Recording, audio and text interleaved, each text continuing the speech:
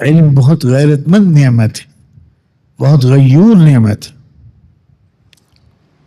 شاید اس میں کوئی حرج نہ ہو کہ میرا بچپن نوجوانی کس طرح گزری. مجھے الحمدللہ اور یہ میرے گھر کے ماحول کی برکت تھی، میرا کوئی کمال نہیں تھا کہ مجھے کتابوں سے عشق تھا. مجھے کسی کھیل سے کوئی دلچسپی نہیں تھی.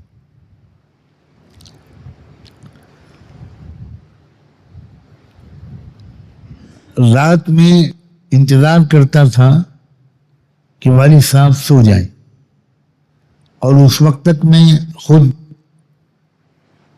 سونے کی ایکٹنگ کرتا تھا. چھوٹے اور مصنوعی خراٹیں لیتا تھا تاکہ والد صاحب مطمئن ہو جائیں کہ اب یہ سو گیا، اب یہ پڑھے گا نہیں. تو وہ اوپر کے اپنے کمرے میں چلے جاتے تھے، اور جیسے ہی ان کے کمرے کی لائٹ آف ہوتی تھی، میں ایک موم بتی جلا کر اور چادر میں چھپا کر پھر نیم دراز ہو کر یا بیٹھ کر پڑھنا شروع کر دیتا. اور اکثر 2-2.5 سال ایسی راتیں گزری کہ جب وہ تہجد کے موقع پر نیچے اترتے تھے اور میری والدہ کی شدید عدالت کی وجہ سے خود ہی چائے بناتے تھے، تو اس وقت مجھے جگاتے تھے یہ سمجھ کر کہ 3-4 گھنٹے سجاد سو چکا ہے. تو میں بہت ہی ایکٹنگ کرتے ہوئے جاگتا تھا، حالانکہ میں جاگ رہا ہوتا، لیکن میں انگڑائی لیتے ہوئے ایسے اٹھتا تھا جیسے میں گہری نیند سے اب اٹھا.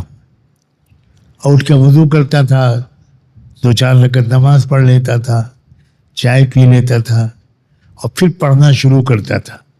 اب بے خوف و خطر پڑھتا تھا، کیونکہ اب والد صاحب کی ناراضگی کا کوئی ڈر نہیں ہوتا تھا. وہ مطمئن تھے کہ 3-4 گھنٹے سو چکا ہے. کئی سال میرے ایسے گزرے، صرف دوپہر میں 1-1.5 گھنٹہ، کبھی 2 گھنٹہ میں سوتا تھا. آج تک مجھے وہ دن اور وہ راتیں یاد آتی. چھوٹی عمر میں ان کتابوں کو پڑھ لیا تھا جن کتابوں کو بڑی عمر کے طلبہ بھی نہیں پڑھ پاتے.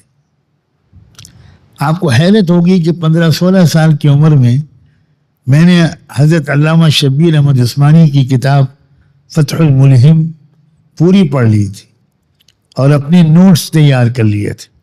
مشکات کی اپنی خود شرح لکھی تھی. شرح شذور الذہب کے عربی اشعار جو شواہد ہیں، ان شواہد اور ان کا استشہاد الگ اپنی ایک کاپی بھی لکھا تھا، وغیرہ وغیرہ.